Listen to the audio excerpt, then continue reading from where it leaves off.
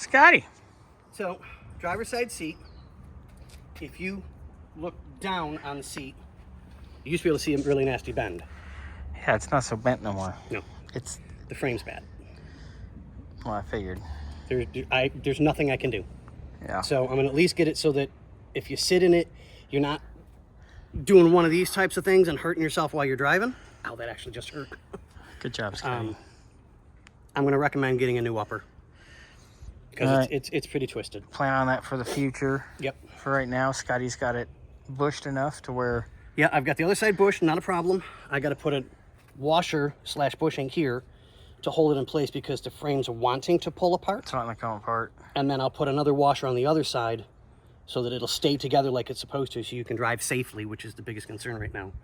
And then we'll look into getting a new upper for you. And I can just transfer this upholstery over to the other one. That's not even an issue. Done deal. Easy. Yeah.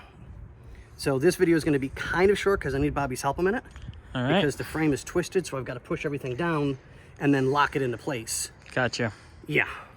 So we'll do that, get it back in the car, and then that's sounds like that's about a Scotty's day, huh? Yeah.